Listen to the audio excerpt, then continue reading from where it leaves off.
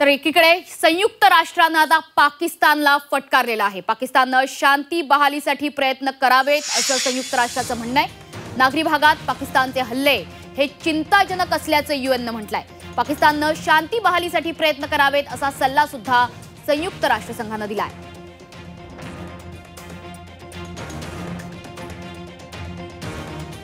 तर नागरी भागात पाकिस्तानचे हल्ले हे चिंताजनक असल्याचं यूएनचं म्हणणं आहे। संयुक्त राष्ट्राने पाकिस्तानला फटकारलेला आहे। पाकिस्तानने शांती बहालीसाठी प्रयत्न करावेत असं संयुक्त राष्ट्रांचं म्हणणं आहे। त्यामुळे एका प्रकारे भारताच्या बाजूची भूमिका संयुक्त राष्ट्राने घेतलेली आहे। भारतासाठी ही सर्वात महत्त्वाची बाब, कारण संयुक्त राष्ट्राने आता थेट पाकिस्तानलाच फटकारलेला आहे।